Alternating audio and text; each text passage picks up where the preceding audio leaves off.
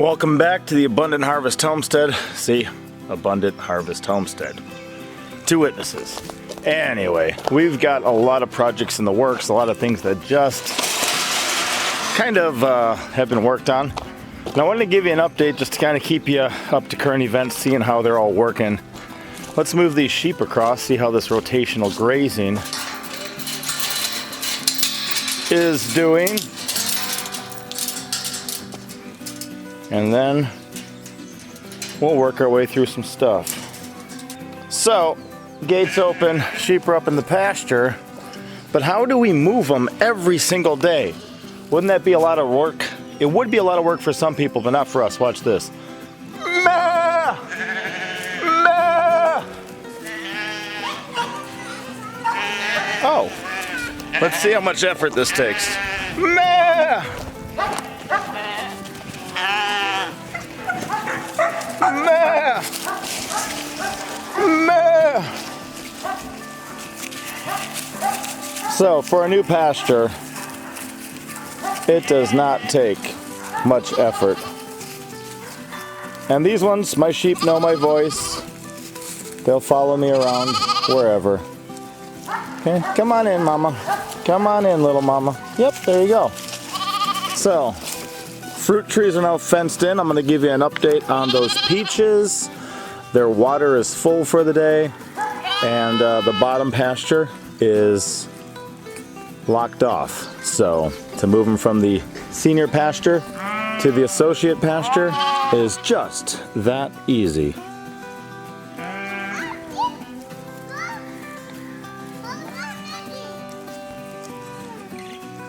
I often tell people life is already difficult enough, so you got to set things up where they work well, because, you know, we already got enough to deal with. The update on the muscadine project is that of everything I spread out, it worked pretty well. I did lose one though. Now I do have a replacement already lifted, and I have another one that I could still pull, which works really well, but there is a couple things I need to fix. And actually, I don't know if you guys remember, I was talking about this section here. I did not realize that this only had a loop at one end, so I left some that I can actually clamp it like it should be clamped once I get the parts. But to get me through, I wrapped it with some wire, and I did a couple special wraps in there, so this shouldn't be slipping, and I should still be able to clamp it with the actual professional stuff, but I think I can make do. I'm gonna see if I can stretch this out, make it fit, and we'll see how this goes. And I did actually get the 3 clamps for it, which is good. I did find that when the concrete dried, it actually left a little recessed area. So it's got quite an outer rim, and then water sits in here after it rains or stuff. So that might, you know, rust this out eventually over time. So I'm just gonna take a 4-pound sledge, just kind of bust up some of the edge, and kind of let there be an area for it to get out. And of course, I might have to remove some of the ground here too, but at least that way it's not stuck inside the concrete. It has an opportunity to seep out into the soil, and that's going to be better there. The first one here is the one that died, and I left it kind of for a while just to make sure, but there's no growth on it. The growth it did have is really dry and crispy, and I think it's pretty much dead. Cool thing is, I took my extra ones and I saved one. These are some elderberries I'm transplanting, but here's the extra one. So it's green and leafy and alive. It could easily fill that hole. And then the rest of them are doing good. This one's growing from here and up here. I also did pick up a couple, I think 6-foot T-posts, notched them out of the top and just put them where they'll hold the weight. So I installed 3 of those. Here's the second live one. It's doing good. As they grow out, I'll kind of train them so they're running each way. This one's short, but it's alive and it's well and it's growing. Another T-post with the top notched out to help hold it up. Here's the 4th one going, and as you can see, It's really going. This is probably going to come up and go this way. This one I will train this way. And even just doing that, these tendrils today might find this and start shooting down this way. And you know, I'll run that out to the halfway point here and then let the next one pick it up. But these last two are also green and looking well. And the T-post here is holding that up too.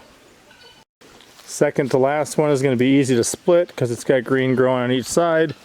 And then this last one over here is doing really well too. That's going to be an easy one. So we'll just train this down over time. Well, that's an update on these muscadines. I'm excited about it. I think it's doing well so far. And we'll see how it does in the years and years and years to come. Here's that muscadine grape trellis, and definitely got a lot of grapes coming, which is great. And here's where I lifted a bunch of those that I propagated from. Here was one of the root systems I left in, and it is living and active and powerful. Shooting up this probably 4-foot one. So I might lift that to replace that dead one. That's another option. And then here, our strawberries are doing all right. Got a little weeding left to do, but they seem to do better out of direct sun. So this arbor here provides some shade for them throughout the day. And then they seem to do a little bit better than getting scorched by the heat of the day all day. While I was working in the area, like I got all of those mulched except for the last one. So I started working through my thornless blackberries here too. Part of it is the watershed from the poultry area. Can flow it into these areas, give it some high nitrogen to grow my berries up. Keep them kind of weeded and mulched. So I'm actually going to run some fencing in here to train them, but that's going to work good. And then I did start transplanting some of my cherry bushes out of the garden and actually put in an autumn olive as well. Same thing on the downside to catch it. So that was from the gardening tour. Those cherries had to get dealt with. Overall, the rotational grazing setup has been quite a benefit, and it keeps things kind of lush and kind of green. Now they do go through and they nibble down all their favorites, so things like clover disappears before other stuff. But I also wanted to come down here and check an update on the 10 little peach trees I planted. Remember, I got like 28 of them for free up the street. Where they were just growing from seed. I planted 10 here. Let's see how they're doing, and let's see how many I lost. Now I will say, I kind of planted them, watered them, and then had to leave for work for like a week and didn't really get back to them for about 2 weeks, so it's not ideal. But let's see what happened. Number one coming into the pasture. Because look, he's still doing nice and green, so he's doing all right. Number two is the same thing. You guys can see that he's also doing all right. So those two peach trees are alive and well. My pears and my mulberries in the middle are doing their thing. You know, eventually I just want an orchard that the sheep can mow between. Keep them protected till they get up and over everything. I think it'll work. Oh no, what? Huh. Wow, so this one's still alive, but I didn't notice they actually shoved this off of it. The ring is no longer protecting it. They shoved it out of the way to eat down the grass here, which is fine. I'll just have to secure that better, but it's alive. That's good. I wonder if they did that to any other ones. This one here is also thriving. So 4 for 4 so far. This has got a lot of nice green growth on it. I'm really happy to see that. Free peach trees. And let me tell you, I've got an upcoming video on peach trees. There's something I want to share. I've got a hunch. I've got some evidence. I got some things. I want to share that coming up. You guys said you want to see when I did the garden tour. I might film it later today, but it's worthwhile food for thought. Something to think about, especially as you're trying to live a cost-effective, reasonable life. If I'm going to plant a fruit tree, I want as much fruit as possible as I can. I want it to thrive for as long as it can. So I'm doing some experiments and kind of collecting some data on this end, but I think you're going to be very surprised at what I found out so far. So stay tuned for that. Number 5 here, I never even protected. I had Monster Truck check with me. This one here, it might be all the way dead. I'm still leaving it just in case it greens up from there. But I was trying to get these all fenced in so I could release the sheep to this pasture so we could go hang out with Grandma and Grandpa, right? Yes, sir. And I said, I don't want to be wasting my time with a dead tree if I could be enjoying my time with my live parents. So I said, you let me know if any of them are dead. He said this one had no growth, so I didn't bother protecting it. So we're 4 out of 5 so far. Much like the last one, you can see I got a stem here with nothing growing on it, but see that down there? Right there. We're growing back from farther down. So that's 5 of them alive out of 6 so far. This one here I really had high hopes for, but so far it's not living up to the expectations. This is the one that was kind of at the bottom of that trench, and right now it has, I'm not going to scrape the bark to see if it's, well, I'll scrape it up here. Okay, so there's still a little bit of sign of life. And sometimes when you transplant something, it's good just to cut it back too, so it has less stuff to support with its new roots that aren't really plugged in yet. But this one also looks like it's not doing anything right now. I'll give it a little bit longer before I replace it because it may grow back from the root system. I'm not sure how all the root systems were on these anymore, but I've got no green anywhere along this thing. So that means 2 out of 10 so far are lost, or 2 out of 8. But I've got 2 more plants to check here.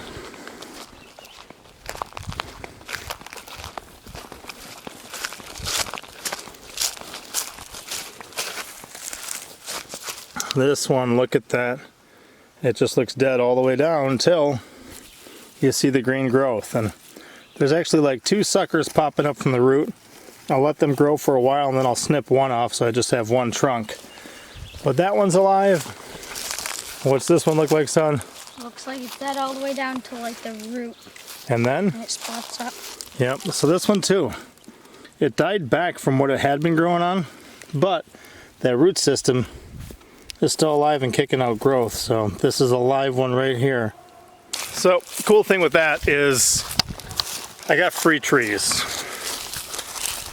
Here I put in 10, and at the moment it looks like I lost 2. I'll have to wait to confirm that, but I still have replacements, and I think total, I think there's maybe 3 up top that I lost. So out of all 28, so far 23 are still alive, and I only lost 5 total, which is pretty good, especially considering they were all free. But the rotational grazing doing better than my pasture has in years. And those fruit trees, I'll link the original video there of getting them. They're doing all right. I have high hopes for those peaches in the future, and I'll get into that more in the future video that I do on fruit trees. Here's the rest of those peach trees. I did give a couple to some friends, but you can see there's a lot of green growth, a lot of new growth. That one there looks dead, and this one here looks dead. The rest of these seem alive and well. This one back here in this bucket, alive.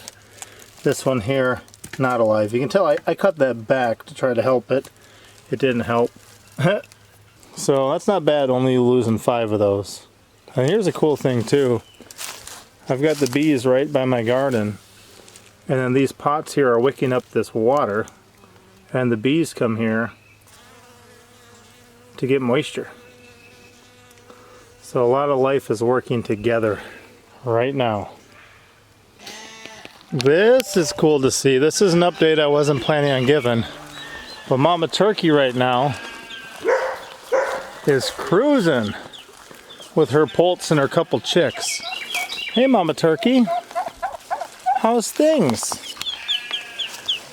Look at all those little babies. I'm still amazed at how many different colors there are, all just from her eggs. But she's been doing well. At night, we've been locking her in our mini barn and then letting her cruise during the day. I'm not trying to scare you guys, I just wanted to say hi. Completely agile and capable little ones though. They're doing great. Thankfully, we haven't had any black rat snakes or anything come eat them, but she spends the night in there. Oh, look at that. They're all going back to their home. Those little ones even went first. I wonder how much they really know. Can we get that door open? Sneak through, little one. There you go. Red's gonna open that for me. But, Mama Turkey, it's okay.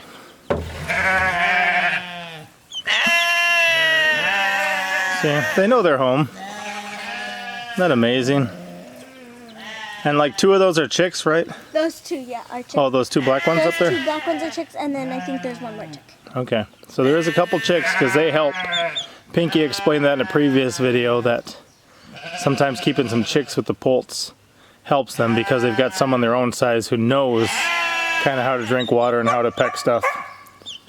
Yeah, let me check on the seed apple trees. Well, we got the sheep over here too, so they're gonna be a little loud, but if we look in here, see that? That's that one. One of the children actually snapped the tip off of there before I got it fenced in.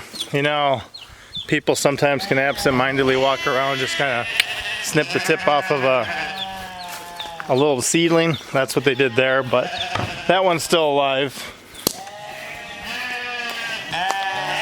And then in this back pasture, where's Jacob? Sometimes he gets a little rammy, but Jacob's back here with a couple of his ladies. Is where I planted the other 2 apple trees from seed. This one here is just a tiny little guy, but that's how it was when I lifted it. So it's still alive and well in the middle, doing all right. I can't wait. See what that turns into from humble beginnings. And then over here is the other one. And you can see that's doing great too. Still alive and well. Still just coming up as a single stem to that point. And I really look forward to the future of those. And as I mentioned before, I'll put the full video up here.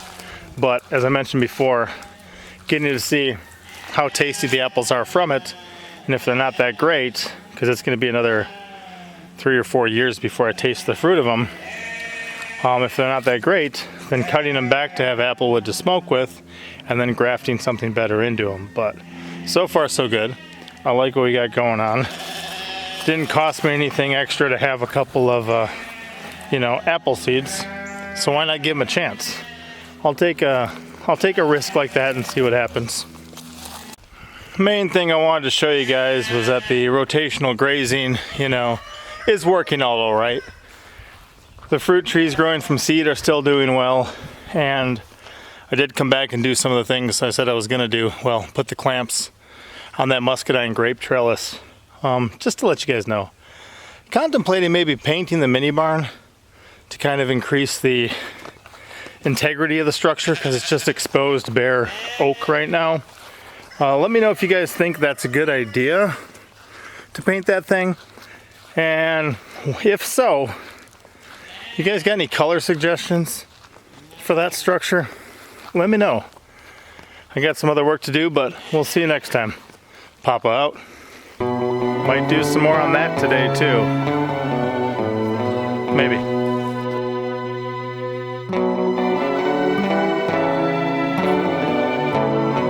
Thank you for watching, and the left button, thumbs up, but well,